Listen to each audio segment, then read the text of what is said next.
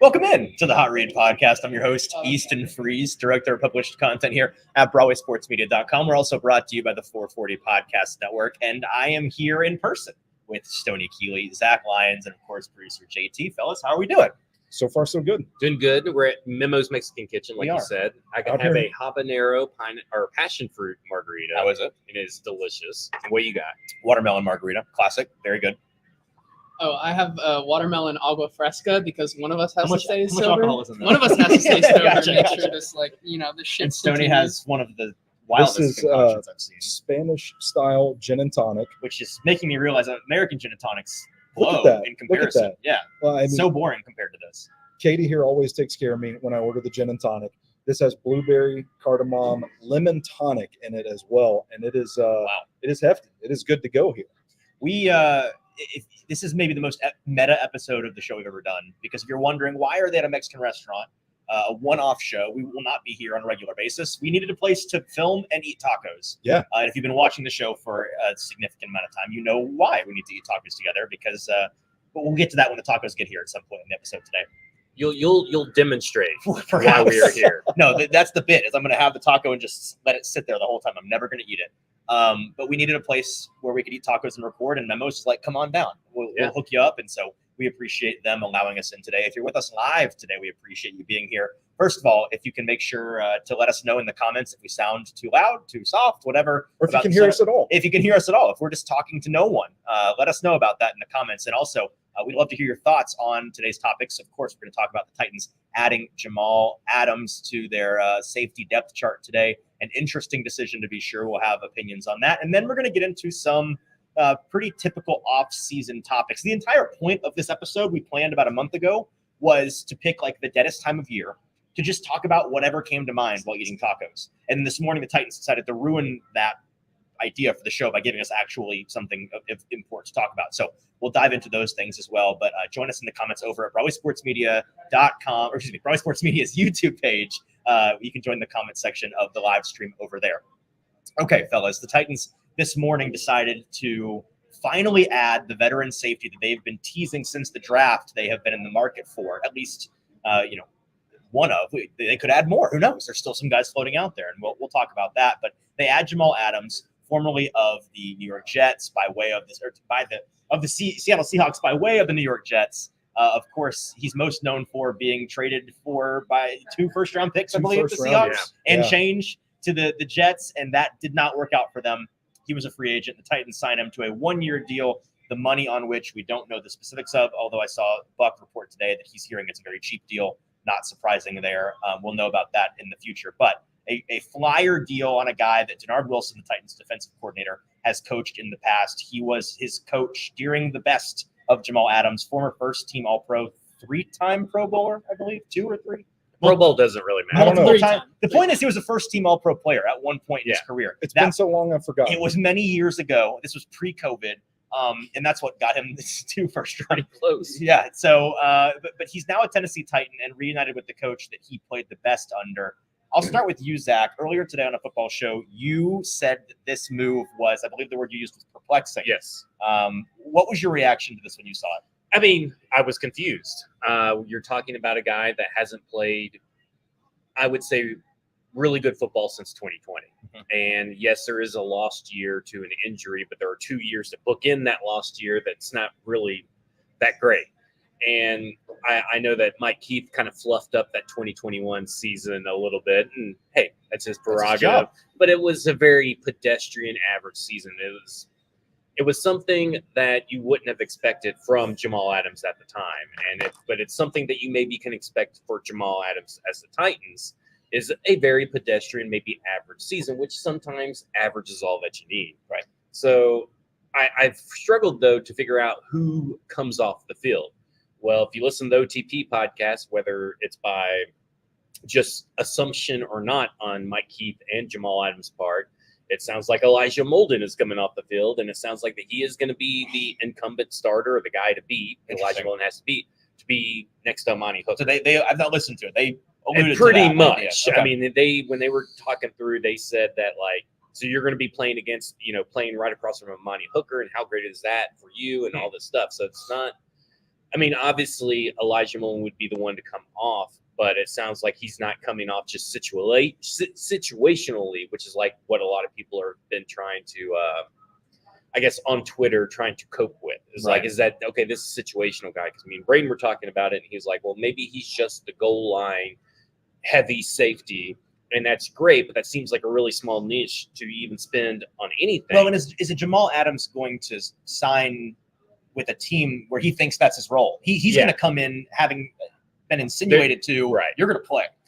So, yeah, I'm a little bit less down on it from a perspective of I didn't know how extensive the injury was that he suffered in 2022 in that first game. Mm-hmm. We're talking about an injury, for those who have not listened, we're talking about an injury that kept him in a cast, not in a walking boot or anything, like in a cast for 20 weeks. That is 6 months. Not being able to walk, having to have help. He said he had to have help to use the restroom. Like, he talked about it from a psychological standpoint, like he hit rock bottom. Yeah. And then he came back probably quicker than what most people would come back to. He missed like the first 3 or 4 games of the season last year. And listen, everybody wants to make excuses for Harold Landry, having a slow start. They want to give him the benefit of the doubt. Right. So I kind of thought, it's like, if people are going to give benefit of the doubt to Harold Landry or other players, we should be given the benefit of the doubt to Jamal Adams, that maybe last year isn't the best representation of the Jamal Adams that you're going to get. And it's not the best representation of the Jamal Adams that Denard Wilson can get, because he talked really heavily about his relationship with Denard Wilson being one of the main factors of choosing here, because Denard Wilson fits the defense around his pieces. And we do not understand really the piece that is Jamal Adams. Right. Exactly. But Denard Wilson does. Yeah. So it's kind of like I have to have faith. And it is a very faith and hopeful signing. I wouldn't say it's a logical, probable, going to be off the rails great kind of signing. It's possible, but it's a very hopeful signing for the Tennessee Titans. I have a question I want to throw to you, Stoney, but first let's pay a little bit of attention to these. This is how you eat a taco, by the way. We're gonna go for it. This is the moment. Okay, I'm gonna just watch Oh y'all eat these my tacos. God. This is the pastor, so a little bit of what? So this is the pastor. This is pork, and then there is Cilantro. pineapple, cilantro, onions, and it is freaking fantastic. See, Holy crap. the government Oh, my drones, goodness. the sheeple around me have told me this is the correct way Yeah. to hold a taco. Mm. I will say these are such small shells that it almost defeats the point of my argument. But the way that I would approach a bigger taco is by holding this way. Like one might approach eating a hot dog and eat I it like don't eat this. a hot dog like that either. Or how You're one. holding it over the top, I think that's weird. See, I do it like this. I do it from the side always. Yeah. I don't like ever hold anything like this, because I mean, how do I eat like that? Well, you I- could. like- You just look funny, I think. Just cup the back end. Cup the Look, back I mean- end like that, so nothing falls out. And then you do it. That's a It's hot. so funny. Oh no. It's the funniest I thing really I've don't ever think seen it's in my that weird. entire I don't know. life. The people in the comments can let us know how weird that is. It is the weirdest thing, and you're right. Mm. And why The you guys- small size of the tacos doesn't really hit how insane of a person that You think are. you think it's worse when it's a bigger taco? Yeah, it's worse I think when it's a bigger I think it taco. makes more sense when you have such a big taco. You got to get Yeah, a little I'm sure. grip on it. I'm Okay. sure you gotta get a grip on All that. right. When it's bigger, you gotta have a good grip. I'm Why- gonna That's a good taco though. I'm gonna get back to football here. Stoney, there are 3 elements of this signing that I think elicit 3 pretty different answers from me, and I'm curious if you think the same. There's the on-field play element of Jamal Sure. Adams, what he's going to contribute Sure. when he is healthy and out there. Yeah. And there's the element of, is he going to be out there? Can he stay healthy to play? And then the third element is, what kind of impact does it have on the locker room? Maybe to put Yeah. it Sure. politically. So, what is your answer to, if I'm asking you from those 3 different standpoints, thumbs up, thumbs down, thumbs sideways, maybe on each of those things for Jamal Adams and the Titans? I would say I'm pretty lukewarm on the injury history and assuming that he's going to be on the field to begin with. And it's just, man, I want to see it before I believe it kind of deal. Like Zach said, the extent of his injury is pretty deep. I mean, 6 months is a long time to be in a cast. You got to get somebody to help you pull out your thing to use the bathroom. That's not good. Pull out your enchilada. Your enchilada, yeah. Your large That's- taco. Yeah, perhaps. your large That's taco. not a good spot to be in. Right. Like I want to see 100% fully healthy Jamal Adams out there before I truly feel comfortable about it. Let me ask you a question, Okay, let's hear it. because we kind of want to bring a little bit of non-football element. Mhm. I don't think my wife would spend 6 months with me getting me in and out of No toilets way. and bathrooms. I wouldn't even ask my wife to. I would just We can't ask Bucky. Who do you ask? I You would can ask your cat. My I'd initial call the reaction neighbor. to that was, you guys need new wives. Maybe this is just an element of being relatively newlywed. Does that wear off? Do you think your wives would have done it for you earlier on in your I think my marriage? wife would do it for me now if I asked her. Yeah. But I would not. I don't want anybody to see that side of me. Oh no, it's a compromising position to be put Yeah. in. I for don't sure. think it will take very long for your wife to get tired of you. Well, here's the thing. My wife is currently 9 months pregnant. Yeah. She's at a point where, and I don't think this is out of bounds. When you're that pregnant, you need help doing some things. Yeah. Yeah. You know, putting some pants on There- sometimes, getting in and out of the car. the You're shower. keeping receipts. She ain't gonna view it that way. Okay. When you get like, so when the all bill right, comes yeah. due for her to help me Yeah, back yeah, out, yeah, it's she not. ain't gonna That's not how that works. and you Okay. can't bring it up. Okay. You'd be Right. dead. Then for Yeah. sure it's Yeah. not happening. That's fair. Okay.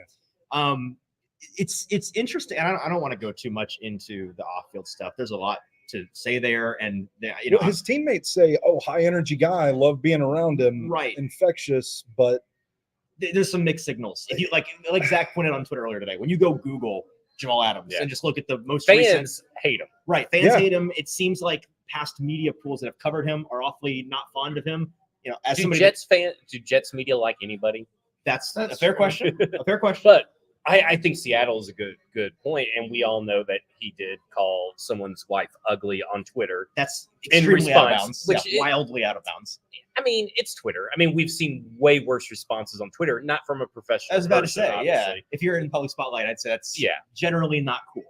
Yeah. I'm as somebody that's actually going to like speak with him, I'm going to keep an open mind. But I just, I don't know. be confrontational Yeah. from I'm the gonna- first moment. I told Sam Phelan today, I'm gonna tell him my name's Sam Phelan. and Show then him, just- I'm gonna show call him a picture of your bum to wife and say, face. "I dare you to call this ugly." Yeah, exactly. Well, the first interactions might be while Easton's on paternity You might. leave, and it might be If me. you're gonna Should introduce I- yourself should as I, Easton? Should I introduce myself as Easton Yes. and just say some outlandish stuff? yeah, Yeah. you're Oh, a you bum, absolutely suck. should. Okay. Yeah. You And then I absolutely show up and unbeknownst just get my ass beat Yeah. by an NFL player. And to whatever it's worth, I guess, on that kind of side of things of the Jamal Adams saga. I also listened to the OTP today, and it seems like, that experience not only of just tearing his quad, but then also coming back, but struggling to come back, because it wasn't like he came back for those 9 games last season and played them like consistently towards the end. Right. He missed Yeah. the whole thing with he's played 10 games in 2 seasons. He played the first game in which he tore the quad, came back in the middle of last season and played 3 or 4 games, had an injury, played the rest of those games, and then was not on the field for the rest of the season. It feels like they talked a lot about him, how he, for better or for worse, was the best safety in the league almost 2 or 3 years ago before that happened. And he talked about how it kind of feels now like a fresh start. It felt like rock bottom, and now it's a fresh start for him to kind of build those building blocks back up.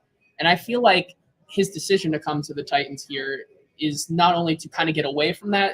First of all, it's a smaller market. You're not going back to a big city market like New York where there's less lights on you from the get-go. 2, you're going back to someone who you were with in the beginning, with Denard Wilson, that you have trust and you built rapport with him over the years. And that's someone who I think is going to help him along the way of kind of building that career back up, because like the people have pointed out, it's not like he's an aging veteran that this is just coming in. He's 28. He's going to be 29. It's like he's still on the right side of 30 next year. So I think, like you said, I think I'm willing to give him a fighting chance in the locker room and with the media and everything, because I think this is just kind of him trying to jumpstart his career again. And for what it's worth, like you guys said, it's a 1-year deal. Yeah. Super cheap. It's you're not really gambling a lot on it, and if he can help your team out in a major way, I think that's a pleasant surprise and really impactful. Does anybody know where he went to college? LSU. LSU. Okay, I knew it was an SEC school. So I think this is the most relaxed situation he's been in since high school, probably, in terms of Yeah, I would media say very scrutiny, similar to fan scrutiny. Seattle, right? I mean, wouldn't Probably. you think? I mean, Seattle doesn't seem like a big I market. And that confidently Connor say yes, Hughes having guy never been to is Seattle. from New York, Right. right? Wasn't he a I Jets believe he's a beat New York writer? guy. And there's Connor Hughes, Connor Orr, and Connor Rogers. So I get all those three guys Yeah, confused. one of the Connors. Too many Connors in national media, by Yeah, the way. We got to put a stop to There should that. be a We need to Connor clear cap. No more Connor Connors. cap. Yeah. Here's how I feel about it. I think if you're looking at it in the framework of, okay, the Titans really need to go sign a veteran safety. They not only need a body out there because you've got two guys back there in Amani Hooker and Elijah Molden who aren't reliable in terms of staying on the field and staying healthy. But they also need somebody that can be relied upon from a coverage standpoint, because up the middle of the field right now, you know, the boundary of their defense and the spine of their defense could not be any different in terms of coverage ability. The linebackers and safeties just really can't hang. And adding Jamal Adams to that mix doesn't change a thing, in my opinion. He's really, really abysmal in coverage. But that was never what, like, the reason why the Seahawks sent 2 first-round picks for him in the first place wasn't because they were dying to get a strong safety who is a phenomenal cover athlete. That's never been his game, even when he was a first-team All-Pro. And so I think, does what he can bring when he's healthy add to this team? Yes. Do I think it fits the Denard Wilson attitude that he's been telegraphing of, we're going to play downhill, we're going to play fast and instinctive, we are going to screw up the play for the offense as much as humanly possible and just incite chaos? Yes. Does it fix that coverage problem? No. And our buddy Justin Mello tweeted, and I should have had it pulled up. He tweeted out a list of stats a moment ago, listing off the three, not the three, but 3 key guys in the Titans secondary up the middle, and Jamal Adams, Kenneth Murray, and Jack Gibbons. Last season, they combined to allow 101 catches on 126 targets. That's north of 80% last year per PFF. 952 receiving yards and 6 touchdowns between the 3 of them. Adams and Murray in particular were especially brutal. And Justin says, we'll see how Wilson deploys his defenders, but odd strategy here after investing so much at cornerback. So does it make you think is it wish casting? Is it tinfoil hat to say they may not be done? Like, would it change your mind at all on this signing if they went and added another veteran safety who's a stronger, if Justin Simmons was suddenly a Titan by the end of the month? I don't think it's going to happen. I don't either. It changes a lot, I think, for Right. the team in general, because Justin Simmons is an upgrade over Jamal Adams and arguably an upgrade over Elijah Molden, depending on who you ask. But I definitely think he's an upgrade over Elijah Molden. I just don't know how much of an upgrade. You said on the OTP they made it seem like Adams is going to be playing. Yeah. But asking you, ignoring that, are we sure he's a better safety than Elijah Molden I is? don't think he is. I don't But either. I think that it depends on how much Denard Wilson views the injury. Like, how much did the injury really affect what you saw from From Adams. 2023? Because I think that's really it's kind of like the Elijah Molden stuff, right? A lot of people are like, well, Elijah Molden's injury prone. Well, he only missed 1 season. The other 2 seasons he's played 3 games or missed 3 games. But that's season total. Missed 3 total. His rookie those season, seasons. he played the whole thing. Yeah, I think he only missed Missed one his game? rookie season, Yeah, okay. 2 last year. Okay. And so I think we as a society automatically see a season missed. Well, this guy sucks. I don't know why people don't do that for Harold Landry, but whatever. That's just me. It's a different rabbit hole. Yeah, it's just a different rabbit hole to go down. The hater But, I mean, campaign does not it's stop very. on I Harold. feel like the views of Elijah Molden and Jamal Adams and maybe other players compared to Harold Landry, it's very hypocritical views, conflicting views. So we always said, don't expect much from Harold Landry because he's coming back from injury. But here we are, people that are viewing now the Jamal Adams signing, thinking, well, he came back from a more gruesome injury than Harold Landry, by the way, of rehab and everything, at least for him. And we're expecting him to be all-pro Jamal Adams. And now Elijah Molden, everybody just is like, well, that whole season, well, he's injury prone. Well, that whole medical staff handled the situation of a player coming back from injury like crap. Yeah. I mean, they specifically kept teasing Elijah Molden throughout the week that year, and then on game days they made him inactive. Right. And We so, see him all 3 days of practice. Right. He'd be running full speed. that sounds like an issue with the Tennessee Titans, not an issue with Elijah Molden. That sounds like maybe he shouldn't have been out at practice if he wasn't really ready. I don't buy this whole injury prone thing with Elijah Molden the same way I don't really buy it with Amani Hooker. Just because you miss a game, every player is bound to miss a game or two a season. Can we be honest 17 about game that? season now. Yeah, They're wanting to about make to it be an 18. 18 game season. To me, injury prone is you miss 2 games, you're back for 2 games. You miss a game, you're back. Yeah. Not you missed 9 games because you were out for half a season with an Right. injury, and then you came back and that's Yeah. Marcus was injured, prone. Marcus yeah, was injury 100%. prone. And Any given week, you had no idea if he was going to play. Elijah Molden and Amani Hooker haven't really seen, to me, that level. That back and forth. That back and forth. Right. I mean, Jeffrey Simmons, is kind of with them too because he's missed 5 games. He's played through injury. Who will He's bookmark you, by the way? if Yeah, you're he not will careful. bookmark you. Watch And out. I'm fine with, but we gotta understand there's wear and tear on these bodies. Yeah. And so, I mean, Stoney, I'll pitch this over to you. I mean, Jamal Adams, what should people expect from Jamal Adams compared to previous? I mean, what Jamal Adams are we going to see? I really have no idea, man. I mean, really, to see how the injury impacts him, how he comes back from this, he's never really been like the rangy cover guy up the middle of the field. Like he's always been the downhill energy, rah guy, the good tackler. The thing that I'm really curious about is that I feel if they're going to roll with Amani Hooker and Jamal Adams as their 2 starting safeties, like who's going to be the guy that they drop deep to just patrol center field? That's my question. Well, it has Like, to be Hooker, Because right? if they, It would have let's to say we be, go yeah. back- let's say we go back in time. And I tell you, But this do you se- trust this, Hooker this in that season, spot? you're going to get that same season, the same All-Pro season from Adams that he had in 2019, Yeah. whatever it was. Does that even fit with what? Like, does that actually solve what they need? I'm not sure I that don't really think solves so. the Well, problem in the first place. They need pass rush. But it Well, and solves see, a different that's- problem. It doesn't solve the problem they have at safety. It solves a different problem. Okay, but here's the thing. Here's my devil's advocate on this whole safety issue. And it's something why I've tried to stress I don't think Justice Simmons is that big of an upgrade over Elijah Yeah. Molden that everybody wants to make it out. Safeties are the running back. You think linebackers are with the way Right. they get paid. Mhm. But as far as a position that's kind of irrelevant to needing a ton of talent at right Kinda now, plug and currently in the playable. league, Yeah. is safety. Okay. Because the way they deploy 2 highs and the way they do certain things with coverages, I would argue is like you're not wasting the cornerback room that you got because you were kind of alluding. You weren't really saying that, but you're kind of alluding to the fact like, They're just well, they got all different. these 3 cornerbacks now. These are your safeties. Is like, no, these are your 3 cornerbacks. You can get away with having these kinds of safeties. Right. So I think it's more. While it kind of sounds like I'm a big Jamal Adams guy, which I'm not. I still don't like the signing. I do think that there is a strategy involved where it's like they pivoted. They didn't get and we talked about this on a football show today.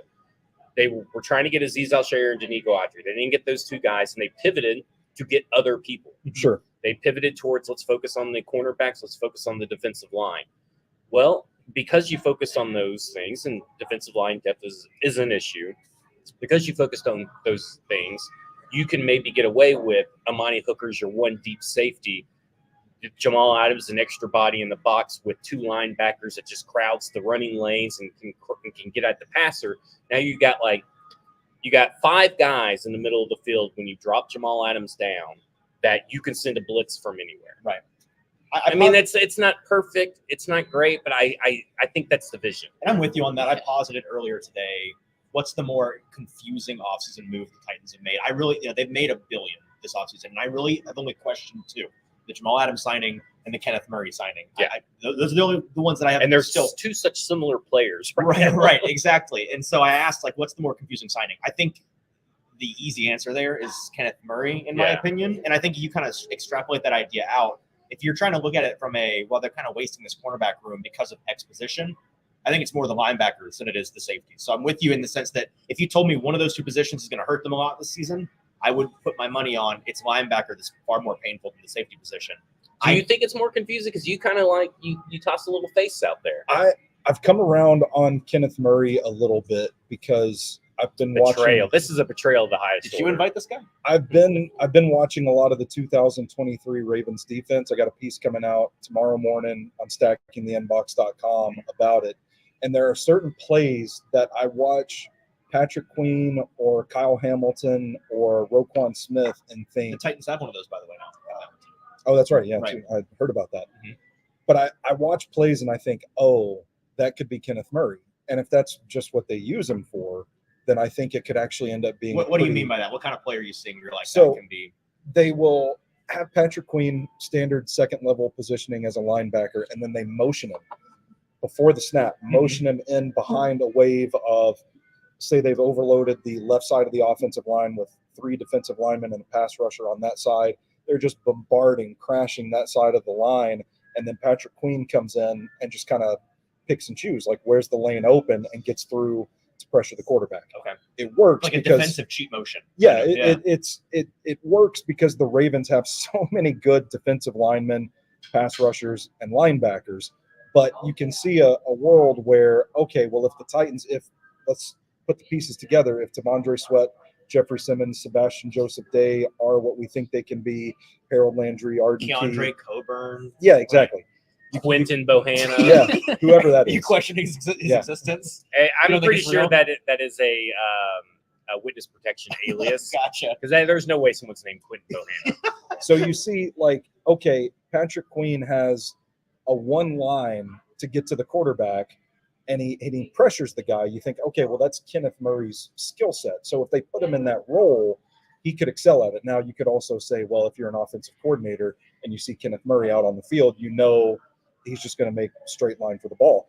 I think it's also, I would also point out and draw the comparison to Kyle Hamilton. They play him up at linebacker on some reps. It's Hamilton, Roquan Smith, and Patrick Queen across the formation, and Kyle Hamilton's kind of the flat defender, and he's really good at getting to the ball. So specifically talking about this Houston Texans game where the Bobby Slowick, CJ Stroud adjusted and said, hey, we can't go at the middle of this defense. Let's try and get the ball at the perimeter in space and try and make somebody miss and make it happen. Kyle Hamilton's right there on the play, making But the that tackle. can't be Jamal Adams, can it? Does he have the speed to get on the edge? Well, what I was going to say is, like, that could be Kenneth Murray in Okay. that spot. That's the comparison I'm drawing. Gotcha. Maybe you could use Jamal Adams in that spot. And I think ultimately that's probably where he's the most successful right away for this Titans defense. If they just try to, like, play him up towards the line of scrimmage, don't ask him to press guys, hang with guys down the field, just see ball, get ball kind of deal. And that's why I texted you and Mike earlier and said, I feel like they're trying to recreate Kyle Hamilton in the aggregate.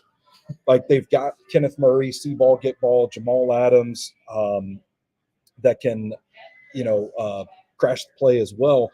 And then, like, James Williams, I don't know what the deal is with him, like how they plan to use him. Jack Gibbons, like, I'm looking at all these pieces and I'm like, they're trying to, like, their best attributes together would form one really good player. And now you've And got why all do we these want guys- Jamal Adams? Because he gets on base. Thank you. There we Because go. he gets on base. Because he gets on base, yeah. I get what you're saying. We're quoting Moneyball now. But I feel like the problem here that I am so hung up on is that they have all these guys that are not very dynamic players. Mhm. And so at So a are they going to certain point, platoon linebacker? Something I- you that's just what I- you just that's what said I- that to you said that, and I'm kind of thinking that's what I maybe think. that's the thing. Maybe that's how they find Cedric Gray, James Williams, all these Exactly. guys on the field.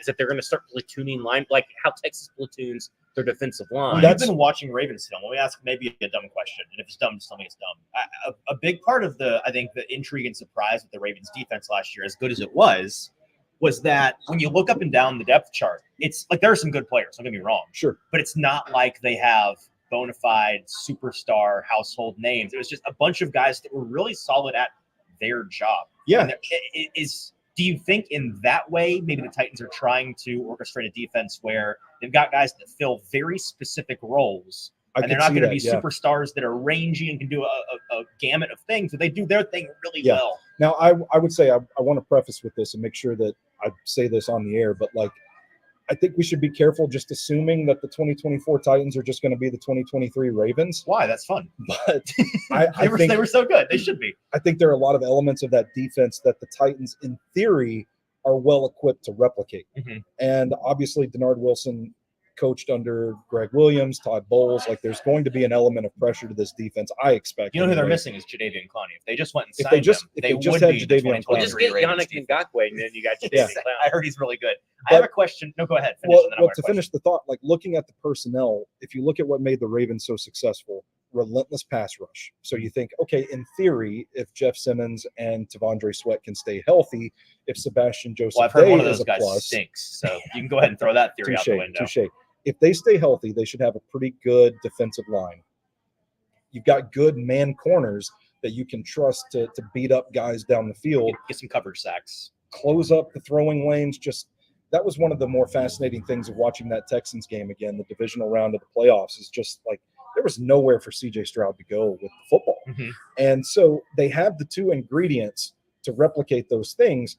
The one thing that's missing is they don't have a Roquan Smith or a Patrick Queen at linebacker. Right. And even looking at the San Francisco defense, you see it as well with Fred Warner and Dre Greenlaw, guys that have the range to just cover the entire field. I think that's the missing piece for this defense. But if they can kind of hodgepodge together this group of like 5 different dudes that work with a specific skill set that can do one thing really well, maybe they can patchwork this thing together to get through the season until they can draft Harold Perkins in the first round next spring. Like I said at the beginning of the show, this was supposed to be just kind of a broad, let's see where the conversation Yeah, how long takes have we been talking? 30-ish minutes. We got to talk about the Can I say geopolitical something? structure. You may. You know, I'm trying to look on Paul Karski's website for when he had Brian Callahan down at the owners meeting. I can't remember when that was. Because that's when they talked about, Arnke. Was like that March or something? Yeah, was that before free agency or after free agency? First off, there's no search function on this website, which is a fucking travesty. Can you imagine writing for that website? I mean, that's a travesty. That'd be embarrassing. Let me see. Hold on. Maybe I can click Rashad Weaver and then maybe we'll get. Let's see. But anyway, continue. While you try to find them, 2 things I wanted to note with that. I really like your argument, but everything that kept going through my head is what you said there at the end. The Titans, it's kind of like Denard Wilson knows what he wants to do. The problem is they just don't have the talent to do it. Like as you say, you line up with a Patrick Queen, a Roquan Smith, and a Kyle Hamilton. I just kept thinking to myself, It's 3 of the best at their position. I could coordinate that defense. I could coordinate that defense. Yeah. We talk about how, like you said, this offseason was like, you're not going to fix every piece. You're not going to fix everything. There's going to be a hole. Yep. There's going to be a hole. And it just so happens that safety and linebacker are going to be the biggest hole. And that's why we keep talking about it, because everything else seems pretty nice right now. But I think the fact is that kind of pivoting here, like you said, Denard Wilson is definitely going to try to do more with less. And I think that's how Denard Wilson has always kind of viewed his philosophy. As you go back to some of those Ravens teams who didn't have the best secondary the last 2 years before Kyle Hamilton was there. When you go back to the Jets when it really was Jamal Adams and nothing else, and even the Eagles, who they had the pieces there, but like they weren't the lockdown secondary that it kind of has become in years past. Denard Wilson has always been someone who has relied on some of the more intangible aspects of trying to rip the ball out, be aggressive, than actually do coverage. Which is a hallmark. Hallmark of Jamal Adams. Is something that, the coverage may not matter if you have these guys playing a Denard Wilson defense that just absolutely just rips the ball out and you get the ball back. And it's like, whatever. I'd have to look at the list, but I think this is the best cornerback group that Denard Wilson has ever had. Maybe James Bradbury and Darius Slay, but who was the third guy? Yeah. Right. So, was that a secret pro Roger McCreary take? I'm always been pro Roger. I almost said I think it's the best in the league, so I think it's not shocking that it's the best that he's ever had. And this offseason, I've been my hot take is that I think we could see Roger McCreary as like an all-pro this season. I love it. And I don't think it's that big of a hot take. Yeah, he's looked fantastic. So I think what's the worst in the offseason is Roger McCreary is going to have a really great season this year. Like, he had a really great season last year.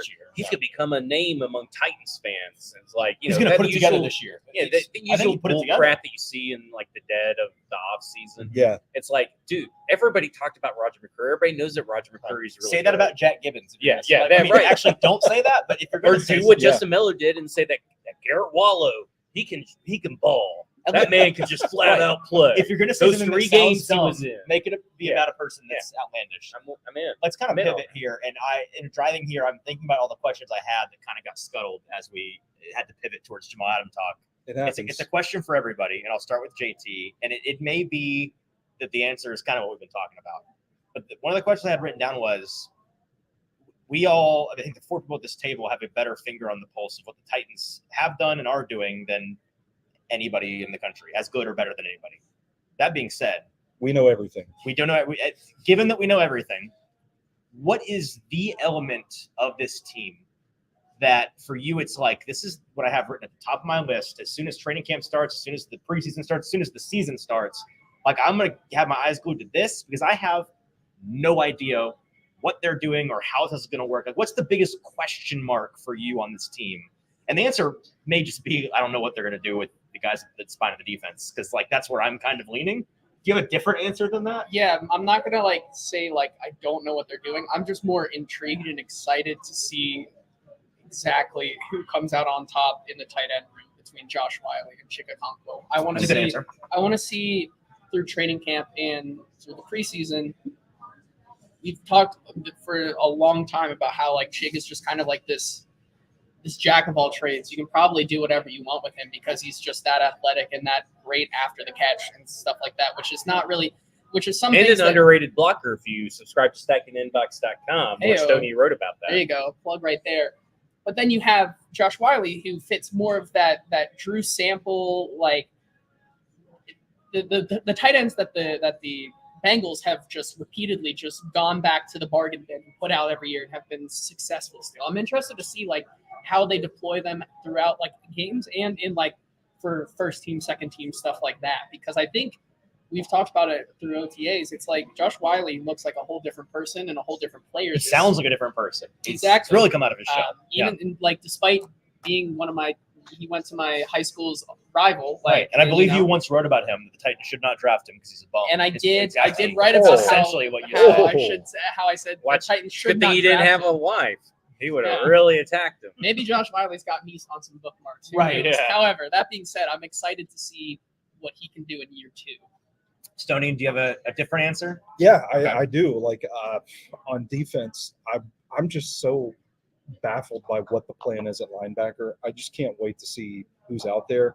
On offense, since we've already hashed that out pretty well, on offense, it's right tackle. I mean, I'm rooting so hard for John Ojukwu. That would be such a huge win for the brand. Of course you are. You know, it would. It would. I don't even care if it's what's best for the Titans anymore. Right. I just want John What's Ojukwu, best for me? That's what we're to interested get in. the right tackle job so that I can say, ha, gotcha. Right. Well, is that how will you feel if he wins the right tackle job and then it's a disaster out of the gate? I mean, the same way I felt when I was advocating for Jalen Duncan last summer. I gotcha. And then he got the job. And then I could just lean on my crutch like, well, I never said he was going to be a Pro Bowl player. Right. I just said, hey, this is great value. He's going to contribute in some games. So, Do you have a question? Or an answer to I that think question? the most intriguing aspect and the biggest unknown is on both sides of the football, play calling. Mhm. I just wrote on, Warren Sharp's book came out, and it's always a fantastic read every year, but I just can't, I just was baffled that, and I shouldn't be, that yet again, under Mike Vrabel's, tenure, that they decided they were going to run a lot on first down. And they were doing pretty good. They were about league average. I noticed that at and then times, they jumped up to being one of the highest with Will Levis. I mean, it really just hurt Will Levis because Will Levis was phenomenal on first down. But then because the running game was so inefficient on first down, it made it harder on a Will Levis in obvious passing situations. Mhm. And you could tell by ZPA's efficiency, all this stuff. And the Bengals are one of the highest, passing on first down teams. Now, I don't think it's going to be where the Tennessee Titans are top 5 or anything. I think there's still going to be a sense of balance.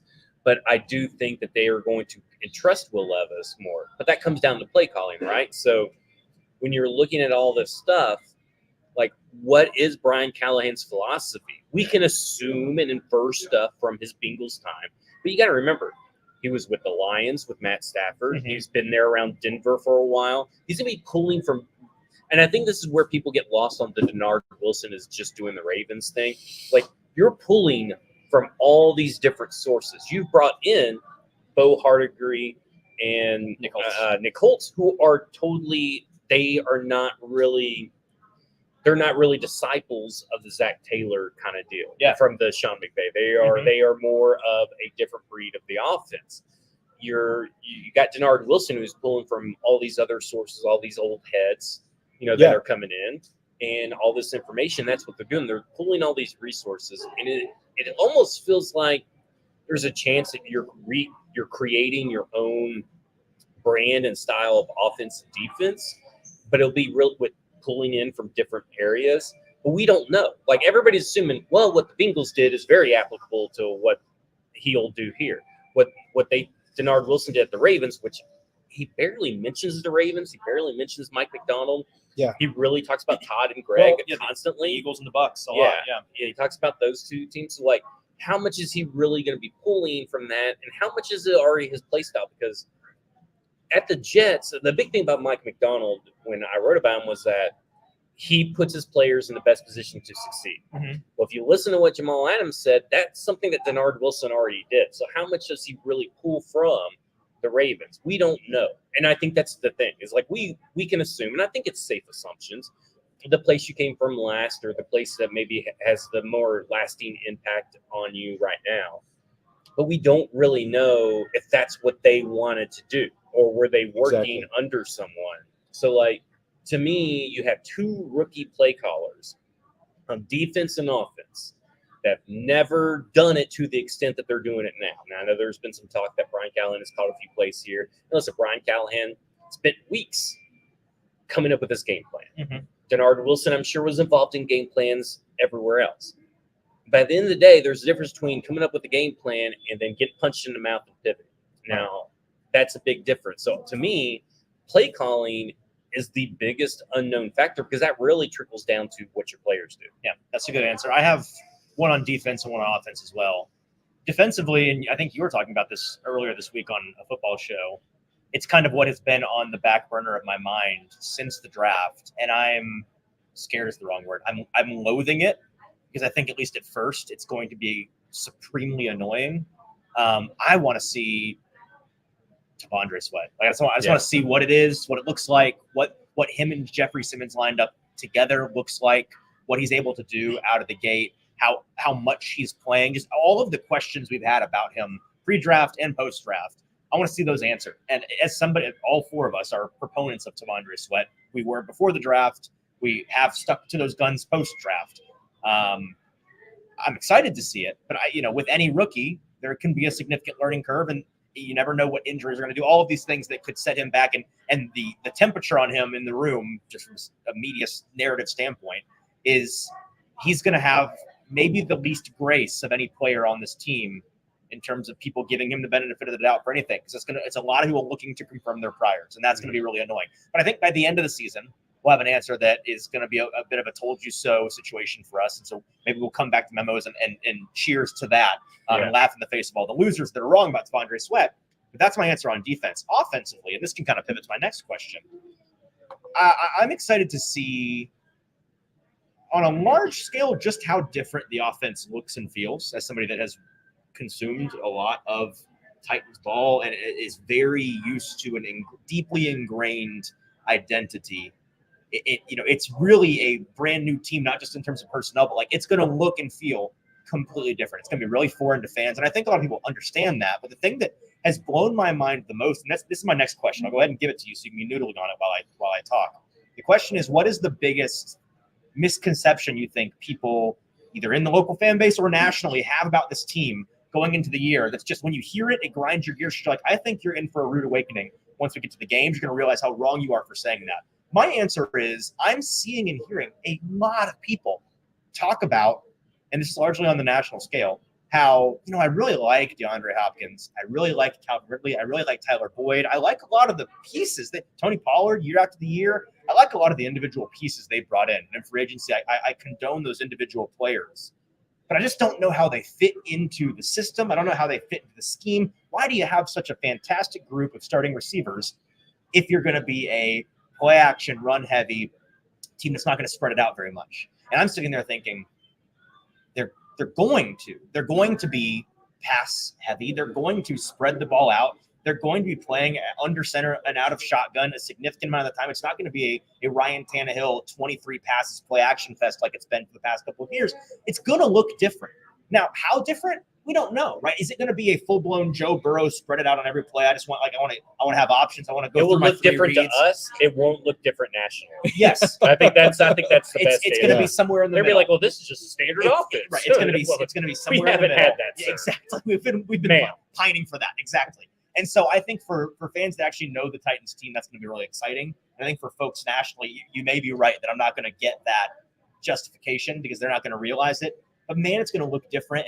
And more importantly, when I go back and look at what Will Levis did in his 9 games last season, and when I analyzed all 22, when I listened to smarter people than me like Stoney who go through it, and James Foster and guys that can go through play-by-play, game-by-game, it's a lot of the same of, man, they were just trying to keep Will Levis from killing them. It was a lot of baby wheel stuff. Mhm. It was a lot of one read or run, one read or dump it off. One read and there's a defensive or lineman you're on top murdered. of you. Yeah, 100%. It was not a lot of sophisticated football. It was a 101 class that he was in, and they would not let him graduate. They would not let him jump a grade.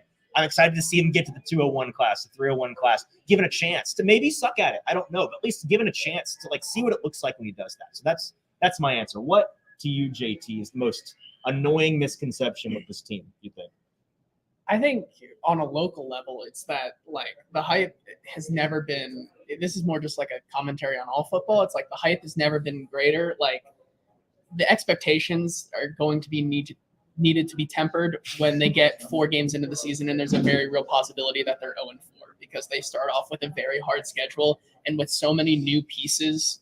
Once Caleb Williams throws 17 touchdowns in week 1 against them, right? Sure. I've All to Cole Kmet. That's what I've heard. Right. That's what I've heard. And so with all of those pieces, it's going to take some time and it's going to take growing pains. And I think that tempering your expectations now is going to do a lot more because we can continue to stay here and say, Will Levis is going to be able to throw it to DeAndre Hopkins. He's going to have 17 touchdowns by the end of week 3. It's going to be great. Titans are going to win Super Bowl. But JT, that's fun. That's more It's fun. fun. Your realism is not welcome here. But and so that's kind of like I told you. I said I told you to be realistic about this because really, when was the last time we saw a team with so much change? Just from the get-go? I mean, even with the Texans last year, it took a little bit. They showed flashes, but C.J. Stroud didn't arrive until week 5 or 6 when it started finally clicking for them. Can I frame that in a slightly more optimistic way? Because I think people are going to listen to that and say boo, he's trying to tell us. That's fine. I think what you're saying is don't measure the success of this team based on September and October. Yes. Be patient and measure it based on the balance of the season. Just be patient with it, which I think is fair. Yeah. I think so. Yeah. Stoney? So you lit up when I asked this question. I think you have an answer. This might be too niche for what we're talking about here, but I think we're doing a taco show, and I think half the listeners don't even know why we're focused on tacos. So we're here for niche. Yeah. I think the Titans. Listen, I don't blame anybody for getting excited about these wide receivers. The addition of Calvin Ridley, of Tyler Boyd. This is a 3-way the likes of which the Titans have not seen before. Wow. But very hot rate appropriate. I appreciate that. I think they're going to throw to the running backs and the tight ends a lot more than people are expecting. I think they have 2 running backs that can catch a ball, and I think they have 2 tight ends that can block and have decent enough hands. With Chig, you've got the yak potential. With Wiley, you've got probably the better hands at the point of the catch. But I think there's going to be a lot more 21 and 12 personnel than people are thinking right now. That was why I lit up doing the. Why do you think that? Yeah, well, I just Brian Callahan, I would have to say, has a lot to it because coming from Cincinnati, we talked about this on the show yesterday when we were talking from a fantasy more perspective. For fantasy, it's going to suck because there's a very real possibility that Tony Pollard and Tyjae Spears are out on the field at the same time. Yes, and the ball's going to go to one of them, and then the other time it's going to go to the other cannibalizing. one. But they're going to cannibalize each other. But for real football watchers, it's going to work very well because I think that in your context of what you're saying is they have so many more options. And Brian Callahan from that Cincinnati system, when they had a Joe Mixon and a Chase Brown, you either had the tried and true ground and pound method, but you have this little guy who's can just rip off a 70-yard run, and that's going to be a huge guessing game for these defenses every single play. So Stoney's saying really that the Titans paid Calvin Ridley $90 million to be a clear-out artist? No. I'm not saying that. I'm just saying. Okay, gotcha. Yeah. I'm just saying. I don't think the offense is solely going to be Calvin Ridley. I think I think there's potential that people could be disappointed in some like 70, 75-yard games from Calvin Ridley because the backs are going, the tight ends are going, like the type of dynamic where you get to the end of the game and Chigakonkwo has 85 yards, but Josh Wiley has 2 touchdowns and like 10 yards. That kind of dynamic going, kind of like what we were talking about with the defensive players, like creating production in the aggregate. I feel like they've got 4 players at those spots that they're going to use. And I just think it could be, I think it could sneak up on people how productive those guys are going to be. Okay. Zach? So I got like 2 that just popped in my head. Okay. One of them just popped in my head when you were talking. And this was something about,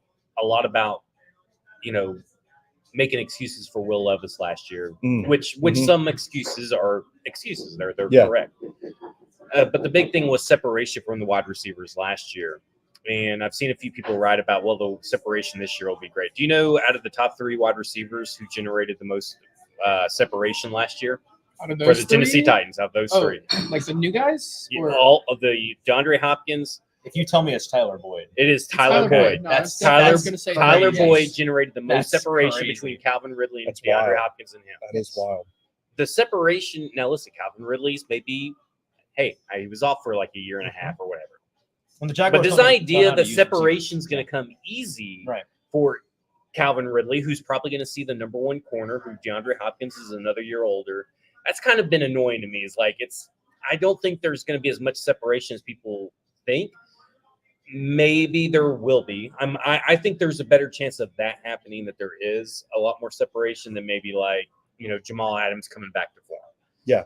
But I do think that's a narrative to automatically Thank you, assume that separation is going to be fixed because of Calvin Ridley and Tyler Boyd, when really Tyler Boyd was still like average at separation. Just saying, let's keep it realistic. Yeah. here. What's the other one? So the other one is this idea that this offense is suffering a big loss from Derrick Henry. Ooh, let's go. Because here's what I said. First off, this comes in many folds talking about these running backs. Because Tyjae Spears went on the radio somewhere, or either went on a podcast and said, hey, we are both going to get 1,000 yards. We both aim to get, be top 5 in rushing. I was like, well, that seems stupid. How can 2 people get top 5 in rushing? Right. And then you go and look, and all it takes is 1,050 yards to get top 5 rushing last year. 1,050 yards to be top 5. That's a result of the new teams, NFL, I think. Right. Yes, most teams are over 2,000 yards rushing as a team. Because you have like a 1,200-yard rusher, then you may have like a 600-yard rusher or something like that. It's really not out of the realm possibility that these 2 guys both get that. And so on the other end of it, to me, I'm looking at it as, Tyjae Spears and Tony Pollard, they do the same thing, and I think that's a big benefit. This idea that they need a 3rd running back to be the goal line running back, I pushed back on this recently on Football and Other F-Words. I don't think that's necessary. They need Hassan Haskins. They don't need Hassan Haskins. They don't need They need Julius Chestnut. They need don't Dylan need- Johnson. They need Dylan They Johnson. don't need those guys. They These do. guys can do everything. They can do every phase of the game. They can run between the tackles. They can run at the goal line. They can run at the red zone. But here's the other thing. Why do you want to run at the goal line in the red zone? Why not use these 2 running backs in pass-catching situations and get them on the outside? Why are you trying to run them up the middle? So I think my big annoying thing is just like how people view certain aspects of the offense that just I don't think are grounded in too much reality and are grounded in the old way of thinking. Yes, Calvin Ridley is going to generate more separation than Nick Westbrook-Ikene. He's going to generate more separation than insert random wide receiver here. But this idea that he's going to be one of the best separators in the NFL when he wasn't last year, and he's only had like one really, really good season, and last year was great. I mean, 1,000 yards. Listen, Tennessee Titans would kill for 1,000-yard wide receiver to go with Calvin or DeAndre Hopkins last year. Yes. And they will get that this year. I do think both of them will get over 1,000. Okay. But we have to also remember that Tyler Boyd, his total receiving has gone down every year. But we also have to remember that in 2023, out of those 3 wide receivers, he had the best separation. Right. You know who's going to have the best separation numbers by the end of the season? Who? Jaquan Jackson. Oh, Do you know that? Is it because he's only going to have Oh, one buddy. catch, and that catch is going to be Because he's going to be the busted first, coverage? he's going to be Khalif furthest Raymond. from the line of scrimmage Yeah. on the sideline. busted most coverage of the game. Quan Jackson. Anybody else have any other pressing topics they want to bring up, or are we ready to? I would like Yeah. to talk about Memos for a bit. Yeah, let's do it. Yeah, so this is a restaurant that is very near and dear to my heart. If you live in the Mount Juliet area, you might know this as El Rey Azteca. It's the first Mexican restaurant in Mount Juliet, if I'm Okay. not mistaken. And a couple of years ago, Memo was able to take it over, revitalize the menu, make it Memo's Mexican Kitchen, which we see today. My wife and I love it. We eat here all the time. My dad passed in 2014, but every Friday night he was still in this building eating a plate of steak fajitas. That's awesome. And he used to tell me all the time, he's like, son, we eat bologna all week so we can get steak on Friday night. That's awesome. And I think that's a great message. And if you value the Mexican cuisine prepared in the traditional way that respects the flavors of the region, this is the place to come. Great cocktails. This is not as- Moe's. This is not No, Blue this Coast is not- Burrito. no, it's That not was Chipotle. like that first bite of that taco that I had. Yeah. That was not Delicious. my reaction. Was not acting. Yeah. Like if you saw it, is like orgasmic. Yes. So And that's the same thing with the Pozzoli that I had, We had- when we brought me out here. we for, came here for Mexican Independence Day a and couple it years was- ago. Oh Yeah. my god! It Yeah. was so, So, good. I mean, My wife was tired of hearing me talk about it. they've got the best birria I've ever had. Enchilada Suizas is good on the menu. Get the grilled jalapenos to start with. We love it here. My wife and I, my mother still comes here with me, and it's kind of a cool bond that we have to Yeah. remember my dad. And it's a very special place to me. I'm thankful that they opened up their doors and let us do this show here today. We're only about, maybe a half a mile north of I-40 off the Mount Juliet exit. Mhm. It's easy to get to. It's worth the trip out here. For my money, it's the best Mexican food in the Nashville area. So I would 100% endorse Strong that. endorsement. Yeah. Yeah. That's awesome. The link to their website's in the description of this live stream right now. And Okay, Do check we it out. have comments and questions? We do. We can go through yeah, some of let's them real get quick. let's get through some Was comments. anybody listening to this? Or Yeah, we just plenty of been, people okay, were. gotcha. We can go back up to the start here where Hayden Fielder says, if I had one guess who was going to be the responsible one, it would be JT 11 out of 10 times. So That is a yeah. Hayden. Respectfully, you don't know this group. you don't know ball. Anyways, You don't know. Ethan I think North- this is the first time I've been with you when alcoholic drinks are available and you opted for the non. I mean, you drink at Double Dogs with Bill Callahan all the time. well, that's a story for That's, another that's day. insiders only. That's insiders only. Yeah. Ethan Northleet says taco content. Deagle says he said when we got to the taco, he said he did it live. Where Derek responded, "Actually, seeing this now, I think you're all weird. I hold tacos towards the back of the taco." I mean, I kind of do. I mean, Yeah, I don't hold it. give I it a don't little pinch pinch. it. But it's a If it's pinch at too the top. long though, because then we'll go. To Wow. which Deagle responded, he said, "Yes, but Easton cups the balls of the shell and Yeah, scoops it into his All right. mouth, extremely off." This is still the It Hot is. Read podcast. Well, that's hot. Paul says. Paul Yeah. said, "Joining from the beach, let's go." And Oh, he how said, about that, What up, Paul? Paul? Yeah. How can the national media not know Titans will be different? They obviously changed coaches. They Yeah. don't know because they don't care. Also says the Titans D will have very good veterans. That's going to be a tough task. That for that rookie is quarterback an game one. understated pro The lack Jamal of Adams. youth, or just the experience, I guess. Yeah, I mean, because you look at Jamal Adams, Monty Hooker's been in the league for a while. Yeah. This whole Legere defense, Sneed has been not in a the lot of league. youth on this Cheeto. defense. It's some veteran players. Yeah, I mean, at this point, Roger McCurry might as well be like a 10-year veteran. Well, with he's the- an old He's soul. like seen some shit. He's like that guy that's been in the war for just 2 years, but he has 18-year-olds seen in the some shit. 40s went to Germany and they came Yeah. back 40-year-olds. Yeah, Yeah. he's seen some shit. Jeffrey Simmons is an old guy. That's- Sebastian man, Joseph Day, Harold 6 Landry. years. Yeah, 6 Arden years for Key is Simmons. pretty old. Which I mean, is Harold Hasn't Landry's You're the, right. It's been 6 years. That's yeah. crazy. The the longest youngest, tenured I Titan. think, core of that group is the linebackers by far. Yeah, you're right. You're right. Because Kenneth Murray's the oldest. Yeah, amongst Jack them, Gibbons right? this is his second year. Jack Gibbons is 40 years old. Otis Reese also second year. Otis Reese. Yeah. Yeah.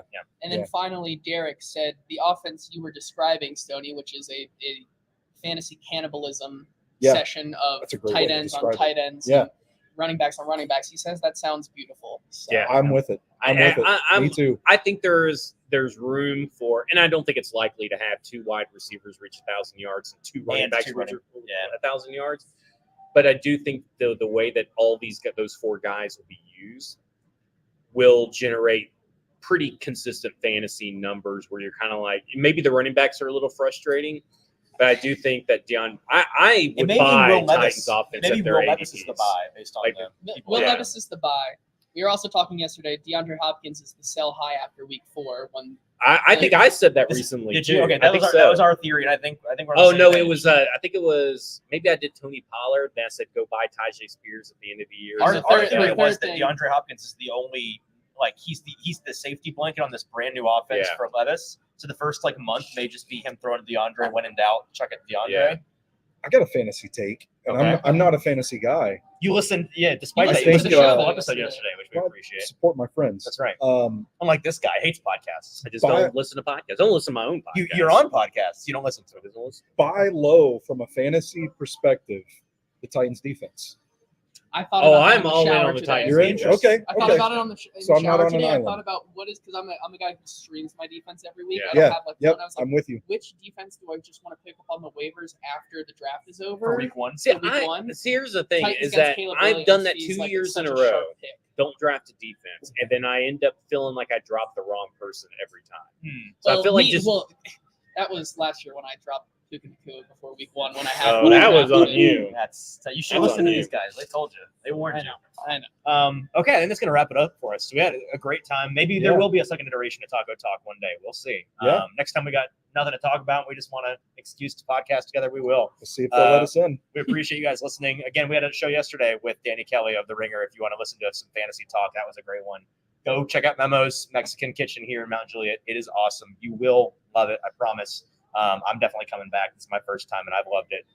Until next week, next Tuesday, we are now less than 2 weeks away. Training camp's Training almost here. camp? Almost here. Less So than 2 weeks. exciting 23rd. times. The 23rd. Until then, You would think as a professional you'd know that. Well, he's going in my stead because I'll be with Yeah. a baby, so he I should knew know it. Yeah, he knew that. Until next week, for all of these fellas, I'm your host, Easton Free. It's been the Hot Read Podcast. We'll talk to you then.